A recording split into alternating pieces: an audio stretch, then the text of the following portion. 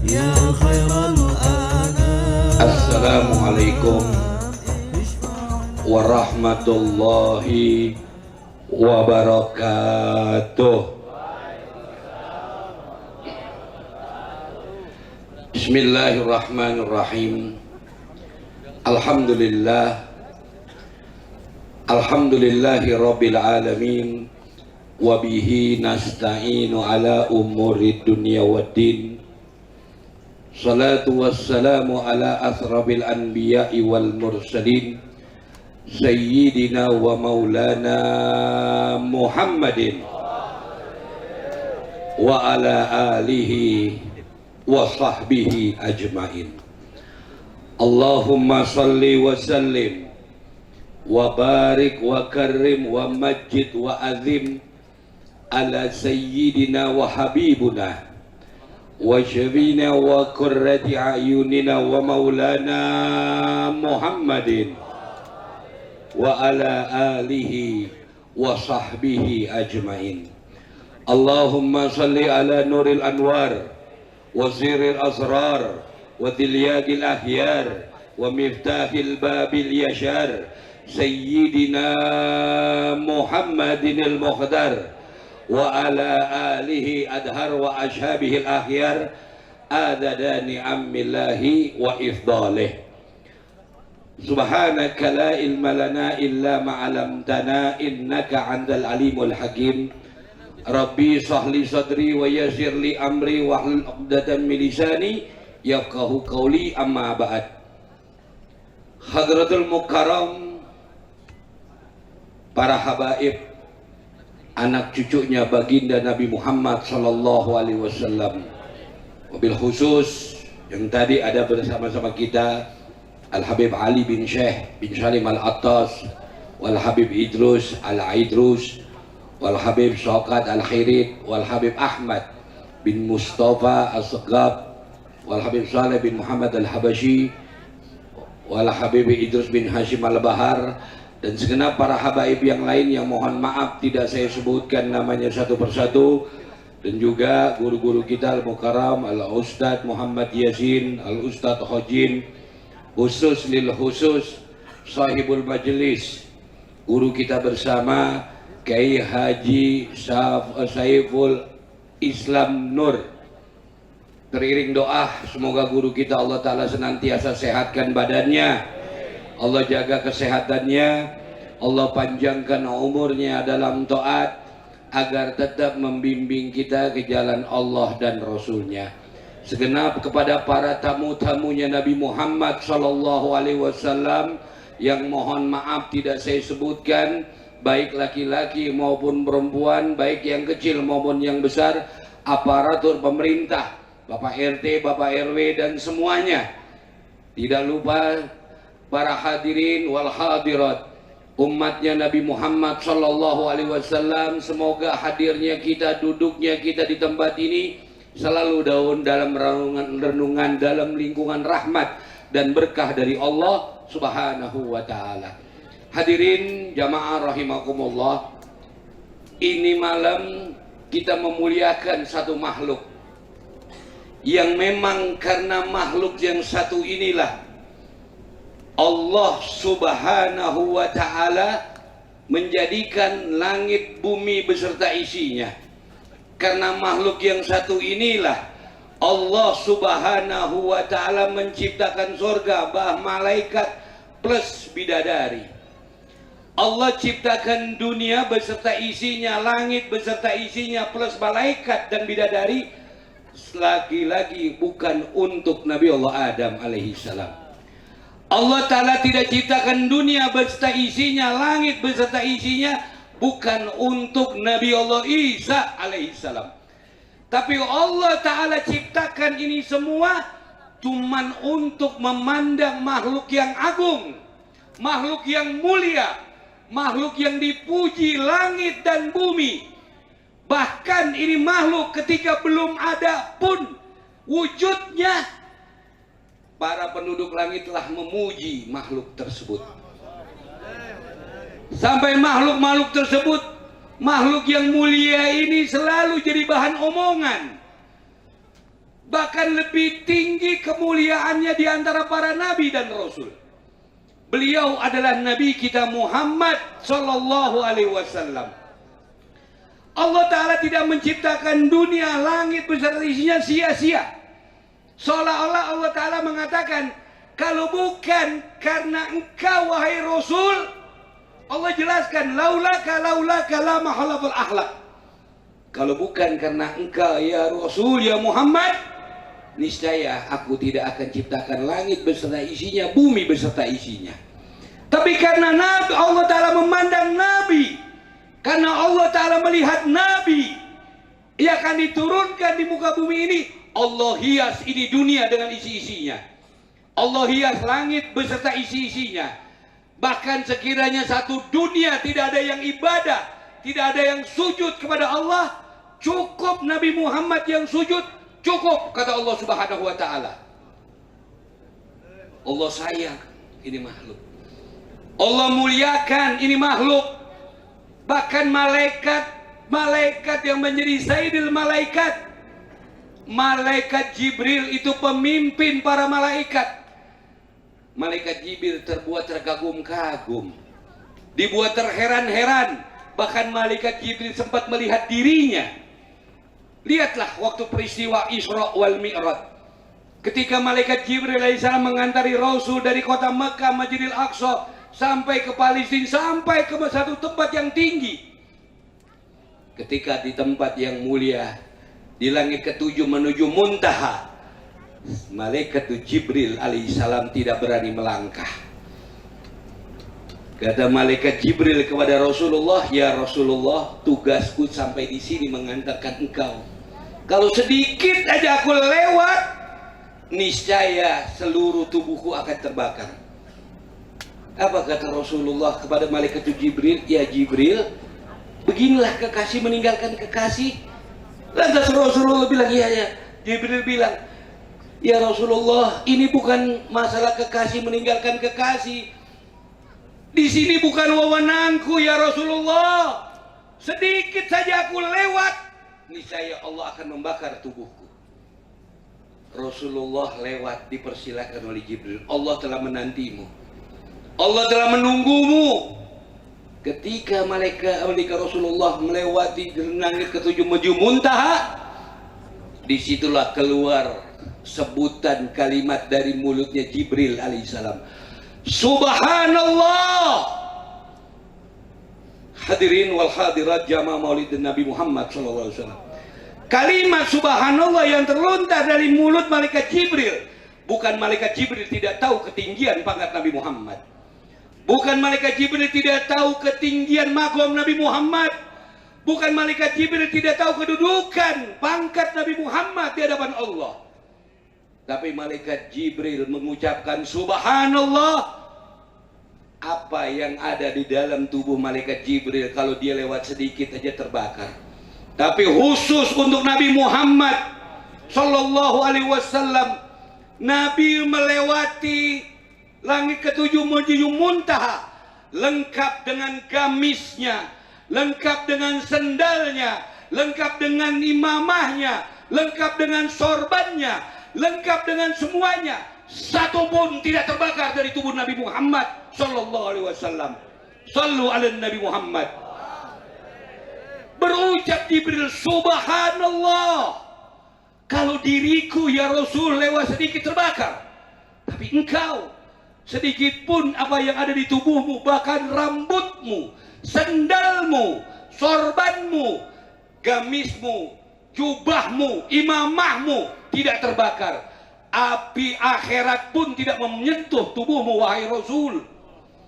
Malaikat Jibril ketika Nabi pulang dari Isra Mi'raj bertemu, apa kata malaikat Jibril? Ya Rasulullah, alangkah mulianya engkau, alangkah mulianya engkau bisa mencapai kedudukan dengan Allah ketika para nabi dan rasul tidak mendapatkan. Rasul bilang kepada malaikat Jibril, bukankah engkau diciptakan dari Allah sama Allah dari cahaya? Naam ya Rasul, aku Allah Ta'ala ciptakan dari cahaya.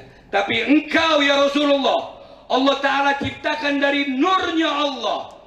Kalau udah bersatu nur Allah dengan nurmu, maka jangankan api dunia, api akhirat pun tidak akan menyentuh tubuhmu. Inilah keistimewaan, banyak keistimewaan dari umat Nabi, dari Nabi kita Muhammad sallallahu alaihi wasallam. Lihatlah bagaimana Nabi Allah Musa meletakkan pangkatnya, meletakkan kedudukannya, meletakkan kenabian dan kerasulannya demi satu, untuk menjadi umat Nabi Muhammad sallallahu alaihi wasallam. Nabi Musa mentaruh titel nabinya, dia mentaruh titel rasulnya. Dia lupa kalau dirinya nabi, dia lupa kalau dirinya rasul. Untuk apa? Untuk menjadi umat Nabi Muhammad, karena dia tahu keistimewaan umat Nabi Muhammad.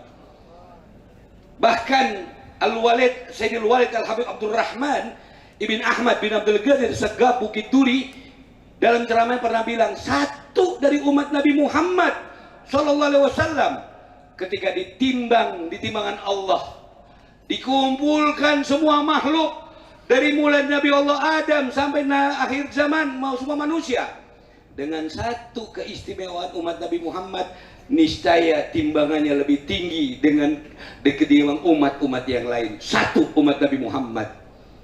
Gak mungkin Allah Ta'ala mengatakan kuntum khairu ummati ukhrijat linnas, kamu ini sebaik-baiknya umat yang Allah Ta'ala turunkan di muka bumi.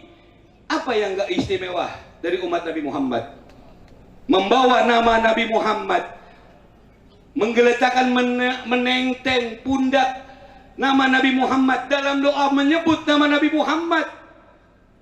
Kalau kita lihat sholat, ketika kita sholat dari mulai takbir sampai kita sujud, sampai kita mau tahiyat akhir, nggak boleh kita menyebut nama lain illa Allah Ta'ala. Tapi di situ Allah Ta'ala nama tulis, Allah Ta'ala letakkan nama Nabi Muhammad. Apa Allah Ta'ala bilang? At-tahiyatul mubarakatus salawatu thayyibatulillah, assalamu alayka ayyuhan nabi wa rahmatullahi wa barakatuh. Seolah-olah engkau sholat gak bakal ku terima. Engkau sholat, tahu sholat ini dari Rasul, dari kekasihku. Digeletakkan, ditaruh. Nabi lain tidak diletakkan oleh Allah Ta'ala. Bahkan Nabi lain pun tidak dititipkan asma'nya Allah. Tapi untuk Rasul, Allah titipkan Ra'ufur Rahim. Nabi yang Rahim, Nabi yang sayang, Nabi yang kasih. Untuk siapa? Kita. Nih, kita nih umatnya, yang bergelimangan dosa, yang bergelimangan maksiat.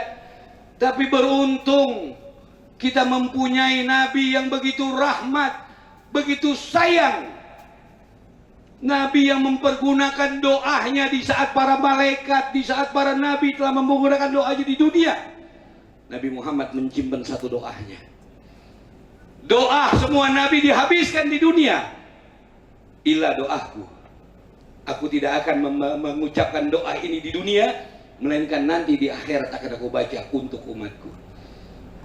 Semua nabi mempunyai singgasana di akhirat. Nabi Allah Adam sampai Nabi Allah Isa mempunyai singgasana, dan masing-masing para nabi itu duduk di singgasananya masing-masing. Tapi untuk Nabi kita Sallallahu Alaihi Wasallam turun, nggak mau duduk di mimbarnya. Malaikat dalam riwayat bertanya, ya Rasulullah, kenapa engkau turun? Bukankah engkau ada mimbar ya Rasulullah? Apa kata Rasulullah? Kalau aku duduk di mimbarku terus, bagaimana dengan umatku? Bagaimana dengan umatku? Umatku usianya masih muda-muda, ibadahnya kalah dengan umat yang lain. Yang aku pikirkan umatku. Yang aku pikirkan umatku.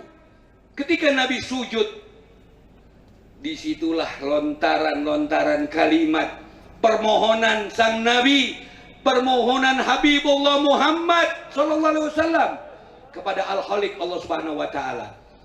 Disitulah kekaguman para malaikat, kekaguman para nabi dan rasul ketika Nabi sallallahu alaihi wasallam mengucapkan doa, seolah-olah malaikat bilang, belum pernah aku mendengar malaikat manapun yang membaca doa itu Para nabi pun berkata dan Rasul, para nabi dan Rasul berkata, tidak pernah terucap lantunan doa dari mulut nabi dan Rasul manapun yang keluar pada hari ini kecuali dari lisannya makhluk yang mulia Nabi Muhammad SAW.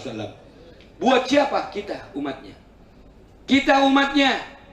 Kita umat yang selalu berbuat dosa, yang selalu berbuat maksiat, yang selalu menyakiti hati Nabi. Tapi Nabi nggak tinggal diam. Nabi nggak tinggal diam. Nabi selalu mengawasi kita. Nih kayak tadi kita malahul qiyam. Kalau seandainya kita merasakan kehadiran Rasul, niscaya kita ketika malahul qiyam kita nggak akan mengeluarkan satu suara pun kecuali kita menyebut nama Rasulullah SAW. Ulama-ulama kita ketika malahul qiyam atau ketika doa, dilantunkan doa. Dia menyebut nama Allah, dia sebut ya Rasulullah, ya Rasulullah, ya Rasulullah. Aku titipkan doamu kepadamu ya Rasulullah. Aku titipkan permohonanmu kepadamu ya Rasulullah. Aku titipkan hajatku, niatku, munajatmu kepadamu. Kan tidak ada lagi makhluk manusia manapun yang bisa aku titipkan doanya kecuali engkau. Tolong sampaikan hajat-hajatku. Tolong sampaikan munajatku, niatku kepada Allah Ta'ala, Tuhanmu, Rabbmu. Ya Rabb, kabulkan hajatku. Hajatku telah aku titipkan kepada manusia yang kau sayangi, manusia yang kau cintai. Beliau adalah orang kekasihmu Nabi Muhammad. Aku titip kepada dia ya Allah. Dengan kemuliaan Nabi Muhammad, ampuni dosaku ya Allah. Al-Habib Ahmad bin Hasan Al-Attas, sahib Huraidah, itu pernah ngomong, kalau kau berdoa jangan macam-macam, cukup nyebut ya Allah dengan kemuliaan Nabi Muhammad, ampuni dosaku. Allah bukan dengar doa kita Pak, bukan. Allah bukan dengar keluhan kita, tapi kita selipkan nama Nabi Muhammad di situ. Allah melihat nama Nabi Muhammad yang menyebabkan doa kita dikabul. Ingat, di saat manusia di dunia, di saat manusia sedang sibuk dengan timbangannya, Rasul tidak meninggalkan kita. Ketika di mizan, Rasul mengontrol satu demi satu umatnya. Ketika umatnya ditimbang, antara kebaikannya lebih sedikit, maksiatnya lebih banyak, Nabi meletakkan sorbannya. Masih kurang, Nabi membuka jubahnya, ditaruh. Masih kurang, terompah sendalnya dibuka. Masih kurang juga, timbangannya dipegang sama Nabi Muhammad SAW. Kita nih umatnya yang terlalu kurang ajar, yang terlalu banyak maksiat, yang terlalu terlena dengan urusan dunia, sampai kadang-kadang kita lupa sama hari bulan kelahiran Nabi Muhammad SAW. Kita lupa dengan sebab siapa kita ini ada di dunia. Allah Ta'ala tidak menjadikan kita begini aja, tapi karena yang dipandang adalah Nabi Muhammad, Allah Ta'ala muliakan kita. Di saat di akhirat nanti, semua manusia mengandalkan amalnya masing-masing. Ada orang yang mengandalkan amal haji, ada yang mengandalkan amal sedekah, ada yang mengandalkan amal tahajud, ada yang mengandalkan amal ini, amal ini. Kita punya andalan satu yang menjadi andalan kita, wajah Nabi Muhammad SAW. Kita bisa melihat wajah Nabi Muhammad, kesumpekan, kesengsaraan itu udah nggak ada artinya. Sahabat, ketika Rasulullah SAW wafat, dikabarkan, ya Fulan, ya Abdullah, Rasulullah wafat. Dia lagi di kebun langsung bernanya, ya Rabb, butakan mataku ya Rabb. Dan tidak ada lagi yang bisa aku pandang kecuali wajah Nabi Muhammad SAW. Manusia yang agung, yang mulia, yang kemuliaannya ini Allah Ta'ala berikan kepada keluarga, pada sahabat, kepada umatnya. Kalau kita bicara kemuliaan Nabi, nggak ada habisnya. Nggak ada habisnya, maulid demi maulid, perayaan maulid, Isra Mi'raj dan yang lain-lain. Cerita kehidupan Nabi, cerita tentang keagungan Nabi, nggak ada habisnya. Tapi umatnya, lihatlah santri-santrinya Rasul. Lihatlah ketika Sayyidina Umar berdiri duduk di atas perahu ketika berada di atas sungai Nil. Apa Sayyidina Umar bilang? Ya Nil, skut, diam ente. di atasmu ada Umar bin Khattab. Dengan izin Allah, sungai Nil itu diam. Keluarkan ikan, dikeluarkan. Kenapa bisa begitu? Karena di hatinya Sayyidina Umar mahabbah ke Allah, mahabbah ke Rasulullah. Lihatlah ketika perjalanan Aulia Solihin. Boleh kita cek Sayyidina Alwi Al-Guyur, anak daripada Al-Ustadzul A'zam Sayyidina Fakihul Muqaddam radhiyallahu an. Beliau pernah bisa mendengar zikiran antara batu dan pasir. Cucu beliau Al-Habib Abdurrahman Segaf Fakihul Muqaddam Sani pernah menginjak kakinya di surga, dua-dua satunya. Pernah mencium sujud, mencium pasir surga. Syekh Abi Bakar bin Salim, Sohib Inab Fahrul Wujud, pernah berkata, kalau aku tidak malu, niscaya aku minta sama Allah Ta'ala supaya neraka ditutup. Kesian sama umat Nabi Muhammad. Kok bisa dia ngomong begitu? Sombong? Bukan. Karena di hati beliau ada nama Nabi Muhammad SAW. Lihatlah Rasulullah bagaimana. Ketika guru kita ngomong, saya lagi dengerin di musola Sadatul Deraid.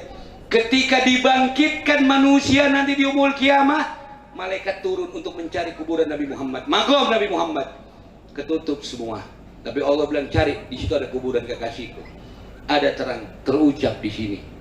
Apa yang terlontar dari murid Nabi ketika bunyi bangun? Ummati, ummati, aina ummati ya Jibril? Kemana umatku wahai Jibril? Yang dicari umatnya, padahal umatnya bergelimang maksiat dan dosa. Tapi Nabi nggak pernah ninggalin. Nabi nggak pernah lupa sama kita. Kita aja umat yang selalu lupa sama Nabi. Kita umat yang selalu bikin sakit hati Nabi. Ketika agama di Islam dihina, kita diam. Ketika Quran diinjek-injek, kita diam.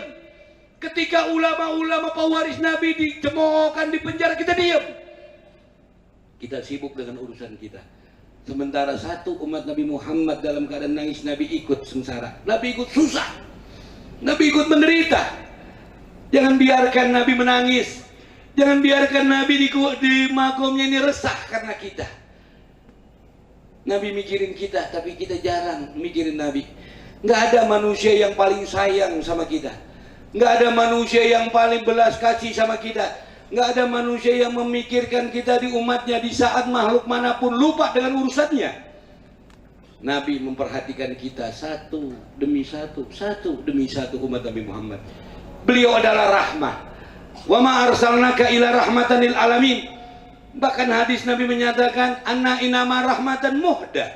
Aku ini rahmat yang Allah hadiahkan untuk kalian. Semua karena Nabi.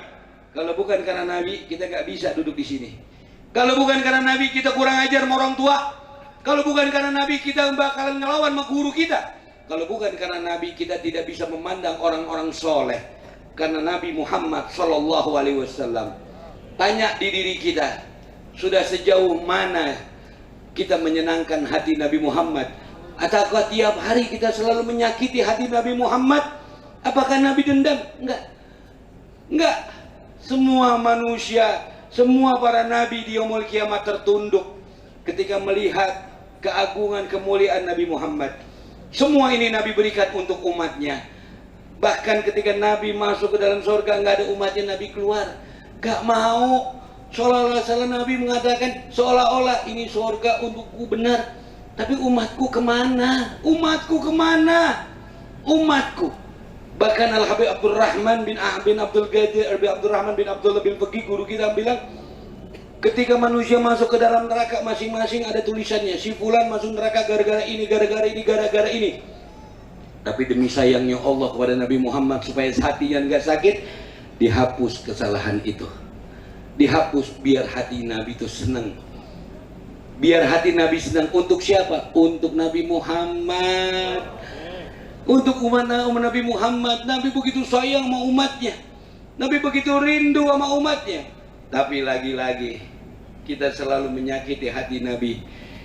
Perayaan Maulid di sini semata-mata membangkitkan rasa mahabbah kita kepada Rasulullah. Bacalah bagaimana syama'il perjalanan Nabi, riwayat Nabi, sifat Nabi bagaimana. Ajarkan anak-anak kita untuk mengenal Rasul, Ajarkan anak-anak kita untuk mengenal sifat Nabi Muhammad. Jangan sampai di rumah kita anak-anak kita tidak mengenal Nabi Muhammad. Jangan sampai anak-anak kita jauh dari ajaran Nabi Muhammad. Jangan sampai ketika kita wafat anak-anak kita tidak mengetahui siapa Nabi Muhammad dan kedudukannya seperti apa di hadapan Allah Subhanahu wa ta'ala. Semua Nabi dan Rasul, bahkan para malaikat berada di bawah telapak kakinya Nabi Muhammad. Dari mana Habib tahu? Ketika Isra Mi'raj, di tempat yang tinggi, di muntaha hanya Allah dan Rasul. Itu malaikat dan para Nabi dan Rasul ada di bawahnya. Berarti kedudukan para malaikat dan Nabi dan Rasul berada di bawah telapak kaki Nabi Muhammad. Tapi apa kata Nabi? Ana sayyidi wa di Adam yaumul qiyamah wala fahar. Aku ini pemimpin anak cucu Adam di yaumul qiyamah, tapi aku enggak sombong. Tidak sombongnya Nabi Muhammad Sallallahu alaihi wasallam menjadi Allah Ta'ala angkat.